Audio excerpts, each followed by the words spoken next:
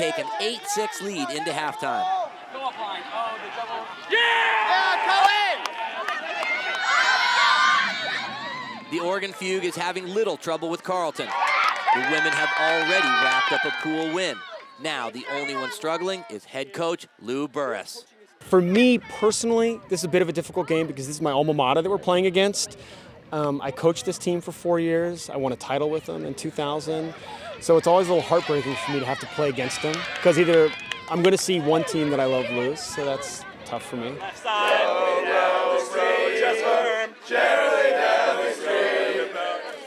We're a really small school and we're friends at school. So this is kind of a tough game for Carleton in the same pool. So they especially need our help. But all the men can do is watch as Oregon wins handily, 15-4. Hell yeah, ladies. We're going to take about 20 minutes here and just kind of get ourselves ready, get our mental state set, and then I'm actually going to release them. They're going to hang out with families. We're not playing until 1 o'clock tomorrow so we can sleep in and just kind of relax for a while before bringing our focus back together and getting our preparation ready. Pitt is also done. Wisconsin wins one for the program and the home fans, but it is the En Sabah Nur who will move on to the quarterfinals. This is the first time we actually have a bye into course, so we have that nice advantage. We can get out of here, get out of the sun. Maybe the coaches will stay around and scout out who we're gonna be playing. No matter who we play, it's gonna be a tough road, right? The top 8 teams are gonna be really tough.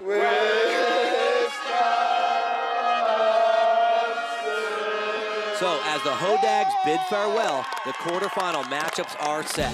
Pitt takes on Cal, who upset the tournament top seed Oregon Ego. All other top seeds advanced. While on the women's side, Oregon will face UCLA with overall tournament number 2 seed Wisconsin on a potential collision course with Fugue. Quarterfinals action when we come back.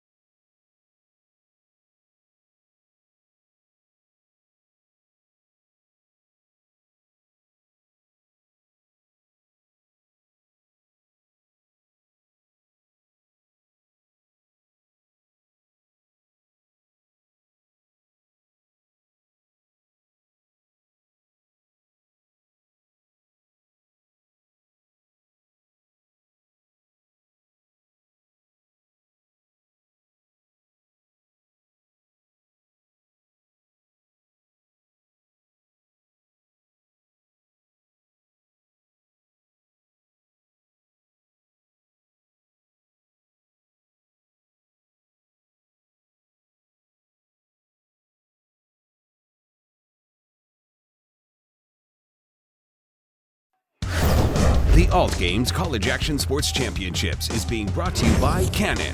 See beyond the still with the new EOS Rebel T2i. By the Sierra from GMC. Never send a truck to do a Sierra's job. And by USA Ultimate. Find out why Ultimate is the fastest growing team sport in the nation.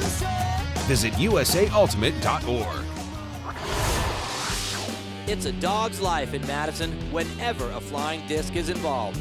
And heading into the quarterfinals, Yeah, you're definitely Orlando! the Pitt men and Oregon women were loose, or were trying to act that way. Generally, we just like to play any music that's gonna fire us up. We like the genre of, yeah. That's why we got that big old boombox over there. Everyone pitched in money and we ordered it offline. It was easy to get fired up though. It was do or die time. Right now we're playing UCLA, and basically it's just hard man defense today, and hopefully we'll come out on top. I think our object here is just sort of make them misstep because they're going to keep trying to push the pace. All right, good luck, gentlemen. Hey, yeah. Good luck, guys. Thanks. We saw them at Stanford. They had an off game and we played them there, and Cal won that game. We're looking to do the same thing today. We're playing a very good team, but we're going to jump on them. We're going to take our zone defense and jam it down their throat. We think it wasn't a very good representation of what we can do against them. Felt we didn't really play well. We were missing a few people, and I think we wanted this game knowing that we could play better. We could really show them what Pitt's actually made of. The Cal Ugmo came out firing. Gotta play like we played yesterday. The two teams would swap goals early.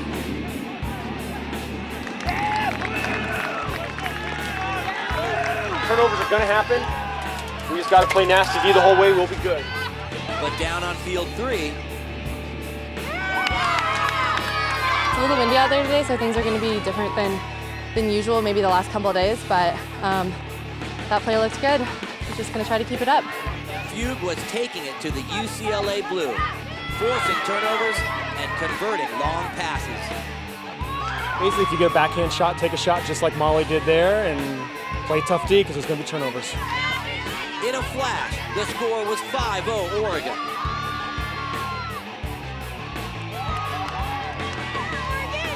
Every time we had the disc, everyone was like, okay, fewer movements, bigger movements. On field 9, changing weather conditions are loosening up the pace. Cal is up 5-4. The wind changed a little bit. For the first few points, it was upwind, downwind, and now it's a crosswind, so it's a little harder to throw all passes, but it's not as easy when you start on offense or defense now than it is before. The Ensabanur then turn on the gas. A 4-goal run highlighted by this layout grab by Jeff Zettel and the easy finish to Brad Bellinger. Pitt's up 8-5 at the half. Traditionally, we tend to come out slow even in important games early in the morning, so we just need a little bit more time, and obviously we're coming out strong right now. Come out even stronger in the second half, and we're going to get good results. Oregon's already getting good results, despite this fantastic layout score by one of UCLA's forwards. The Fugue is up 8-2 at the break. Well, it was actually just a perfect throw, and I knew the wind was going to push it towards that side of the field, so I think I just have really great throwers. At this tournament, one male and one female athlete will be named the best ultimate player in the country. It's the Callahan Award, named after University of Oregon Dark Star standout Hank Callahan, who was tragically killed in a robbery in 1982. It is said the Dark Star would take Hank's ashes to games and make him the 7th spot on the team during opening lineups. Those awards will be named during the championship matches here on CBS College Sports Network. Coming up, second half quarterfinal action and a look back at one amazing play in ultimate history.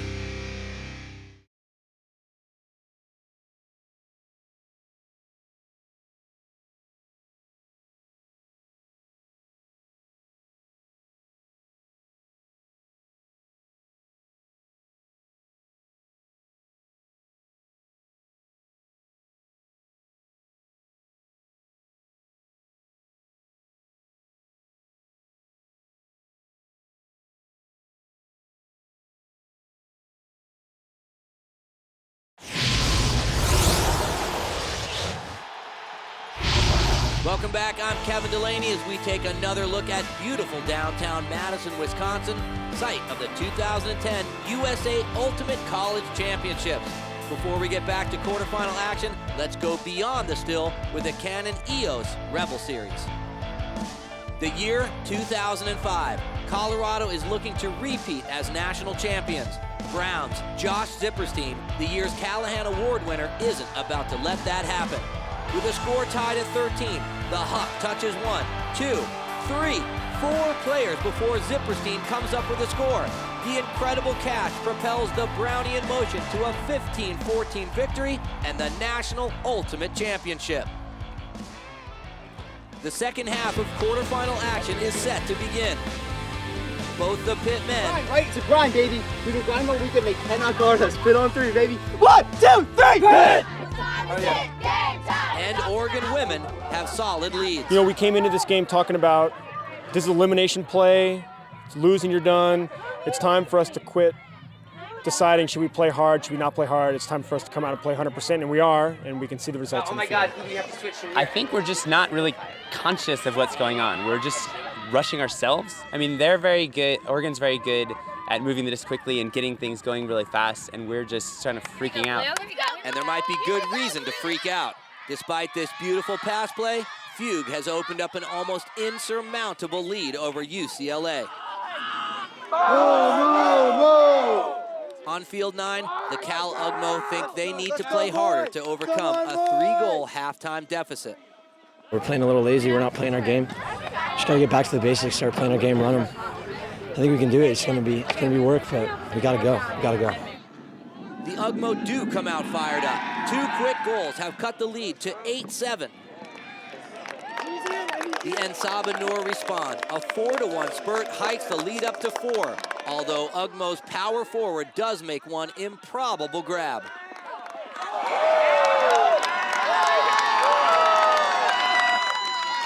Don't call anybody else back to help you. Take care of your own business. Your job as a deep is to get everybody as far in as possible.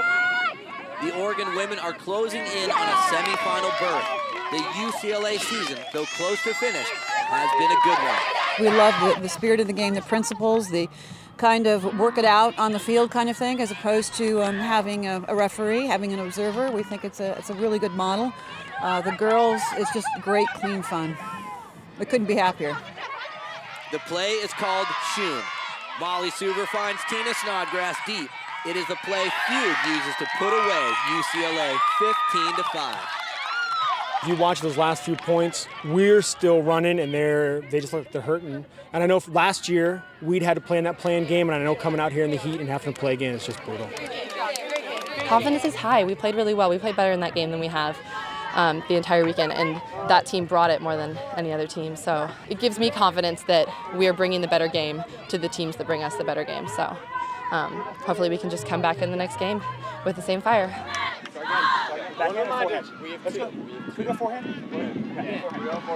Pittsburgh is now ready to end Cal's year and avenge the loss to Ugmo in the regular season. Alex Thorne skies the Cal D and tosses to Colin Connor for the easy winner, but Ugmo is claiming interference. The observer settles it. No foul. Pittsburgh goal, end the game. I just managed to get in the right position, get right in the middle, and go up and make a catch. Obviously, I can't get as high as all the real tall dudes, but if you get in the right position, sometimes you don't have to. And then we had a guy wide open, so it was easy from there. This is amazing. We've made nationals for the past 6 years, and every year we've improved in our placement. You know, except for 1 year, but we're not going to talk about that year. And, you know, this is just one step up from what we did last year, and hopefully we're trying to take another one in this next game against Carleton, the team that knocked us out last year in quarterfinals.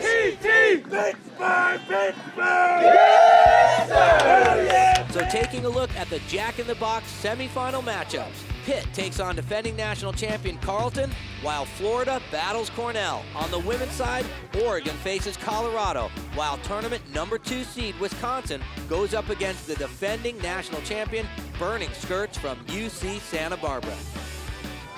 Coming up, the semifinals and a new approach to the Middle East crisis. It's called Ultimate Peace. Before we head to the break, it's time for the GMC Sierra Ultimate Trivia question. What year was the plastic flying disc first invented? Answer when we return.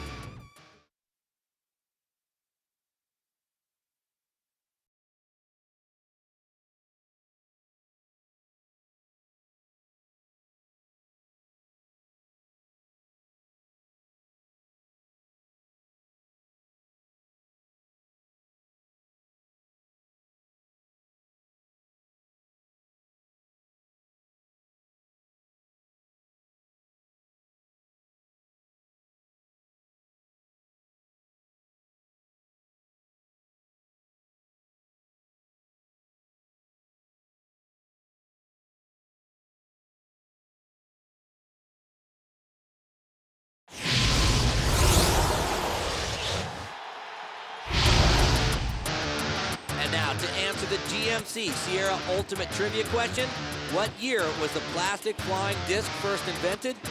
Answer, 1947, when Walter Morrison and Warren Franscione invented a plastic flying disc that could fly further and with better accuracy than the original pie plate. The Ultimate community is a tight-knit one. Principles of fair play and enjoyment are behind one of the sport's key elements, spirit of the game. One organization is taking that spirit to a part of the world that could use it, the Middle East. It's called Ultimate Peace. I began a year ago with some Ultimate players that think the sport can be used to make the world a better place. Ultimate Peace is the #1 effort to actually do that. And it's taking the sport, which as you can see all around you at this incredible tournament, is a joyous event, to the Middle East where people need some joy. They need to be relieved of a difficult life that they're living over there.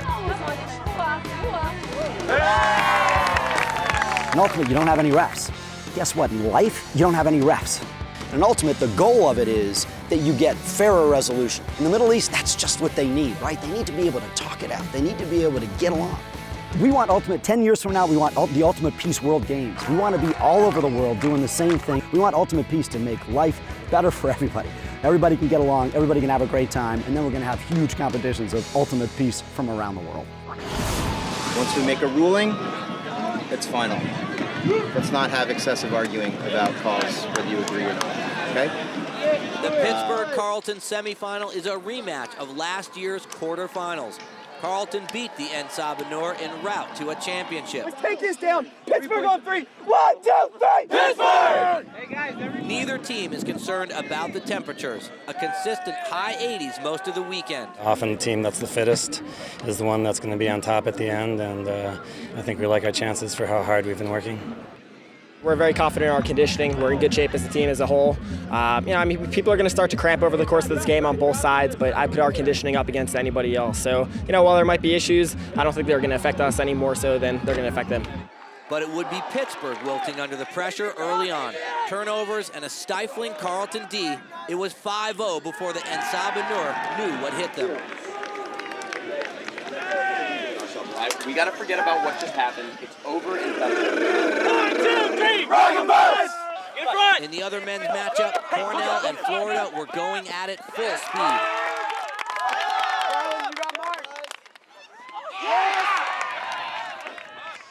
It's 4-3 to Florida. No breaks so far. So Cornell is going to win the game. But it would be Florida taking charge in the first half, leading 8-4. You cannot give me readiness while your coach is walking off the field. Okay. The Oregon Fugue had to feel good about their chances against Colorado. The Cali had just survived a brutal 14-13 quarterfinal victory over Cal, while Oregon cruised. Stamina could be an issue. Oh, we're ready. We came off that game with a big first possession universe point score, and we are fired up to play Oregon. Yeah, can't go anywhere but up from there. So They've been sitting around, and we are ready to play. As long as we can come out on fire and not warm up on the field, our warm-ups were strong, so I think we're going to come out and show our athleticism in these first couple of points. Coach Crowley hit the proverbial nail on the head. Fugue came out strong. Bailey Zanizer to Claire Sharman. Schuler to Crayley to Zagonch.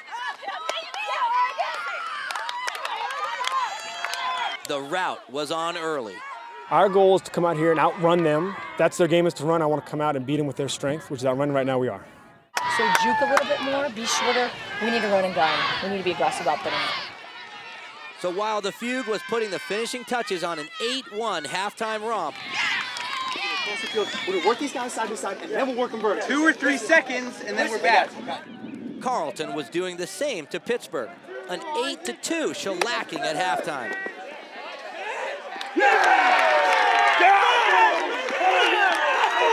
What it's going to take us to forget the first half entirely. We have to come out remembering what got us here, and that's just hard running, trusting our teammates, a little bit of swagger, just try and get loose and throw some more goals, just feel more comfortable. When we come back, semifinal blowouts and big comebacks, right here on CBS College Sports Network.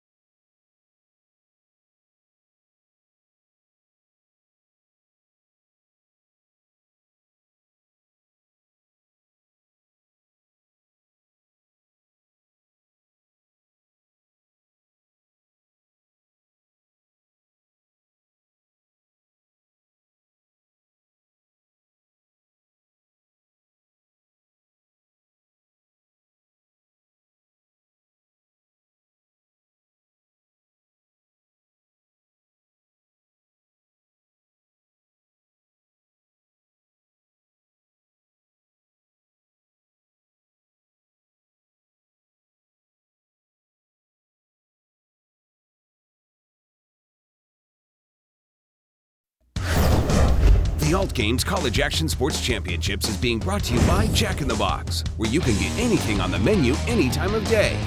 By Canon, see beyond the still with the new EOS Rebel T2i. And by USA Ultimate. Find out why Ultimate is the fastest growing team sport in the nation.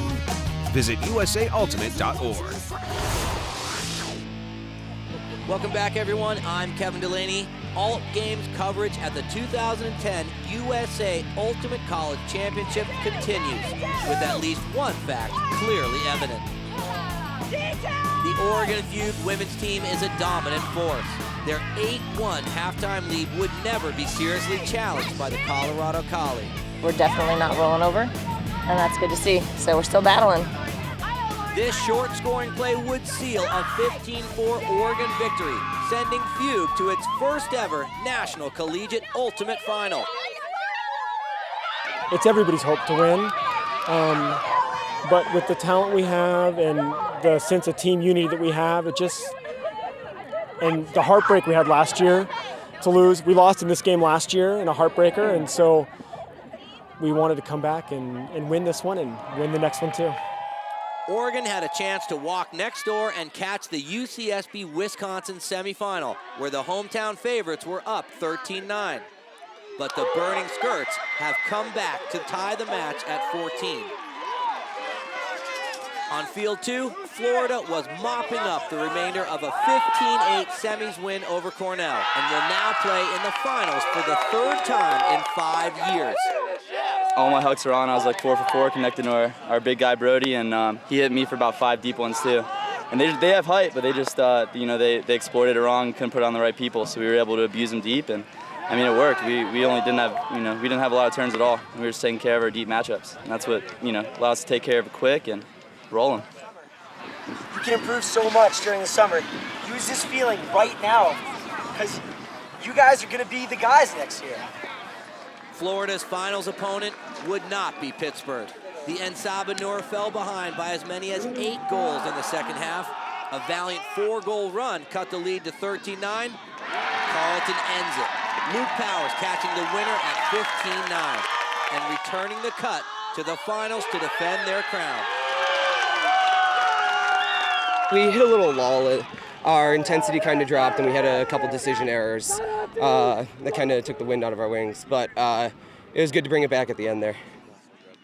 We weren't playing our ultimate in the first half. Just came out and played our game in the second half, and just had to make it a game. For Pittsburgh, it's a bitter end to a great season, a season to build on. And this was definitely the best finish we've had. We lose a lot of key players. It's always sad to see your seniors go, and you hope that you can send them out on the highest note possible. And from a program standpoint, we did that. But that being said, we have a very young team. We have a very deep team. We have a lot of guys who will be ready to fill those spots. We have some new players coming in, and we'll be back. We'll be ready to go next year. There is still one final slot left. And after climbing out of a 4-goal hole, the UCSB Burning Skirts now take the lead over Wisconsin 15-14.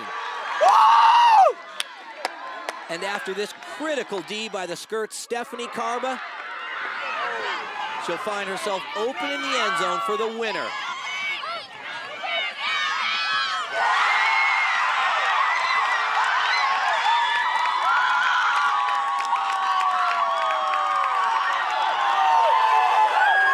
We really pulled together as a team, everyone on the sidelines and on the field. That was completely a team effort. I mean, you can't get a D on the field without someone on the sidelines talking to you, so that was really our whole team coming together and playing smart.